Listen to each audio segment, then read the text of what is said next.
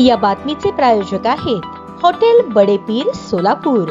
Chicken biryani फक्त 60 रुपयात। सोलापुरात महापुरुषाच्या पुतळ्यासमोर अश्लील कृत्य करणाऱ्या एका व्यक्तीस तरुणांनी हटकलं। धक्काबुक्कीत जखमी झालेल्या व्यक्तीचा उपचारादरम्यान मृत्यू। मृताची ओळख अद्याप पटली नाही। सोलापूर शहरातल्या फौजदार चावडी पोलीस ठाण्याच्या हद्दीतील घटना। या प्रकरणी सोलापूर पोलिसांनी 2 वेगवेगळे गुन्हे दाखल केले असून दोघांना ताब्यात देखील घेतलंय। महापुरुषाच्या पुतळ्यासमोर अश्लील कृत्य करून धार्मिक भावना दुखावल्याप्रकरणी मृत व्यक्तीविरोधात गुन्हा नोंद, तर धक्काबुक्की करून अज्ञात व्यक्तीच्या मृत्यूस कारणीभूत ठरल्याप्रकरणी दोघा तरुणांविरोधात सदोष मनुष्यवधाचा गुन्हा दाखल। दरम्यान मृत व्यक्तीची ओळख अद्याप पटली नसून मृत हा मनोरुग्ण असल्याची पोलिसांची प्राथमिक माहिती आहे। सर, सोलापूर पोलीस आयुक्तालयाच्या हद्दीमध्ये एका व्यक्तीचा मृत्यू झालेला आहे।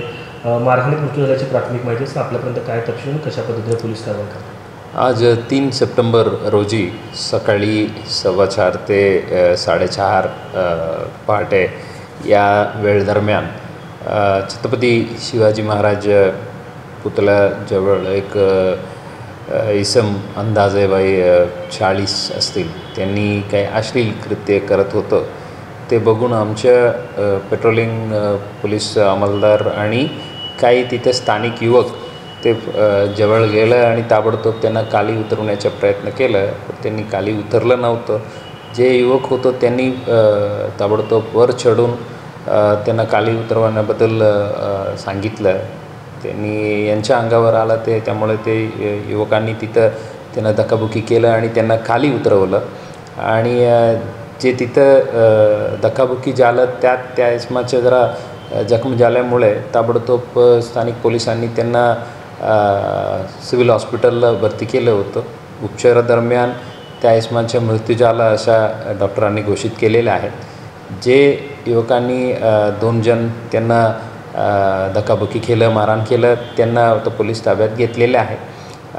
आता पोलीस फौजदार चावडी पोलीस स्टेशनकडून 2 गुन्हे दाखल करण्यात येत आहेत। एक त्यांनी जे भावना दुखावलेल्या आहे अशा अश्लील कृत्य करून त्याबद्दलचे गुन्हे दाखल करण्यात येत आहेत आणि दुसरी यांचे जे मृत्यू झालेले आहेत त्याबद्दलही एक गुन्हे दाखल करून पुढील तपास सुरू करण्यात आलेला आहे। मृताची ओळख पटलेली आहे?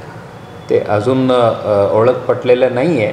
ते जरा डेस्टिट्यूट अनसाउंड पर्सनसारखा वाटत आहे।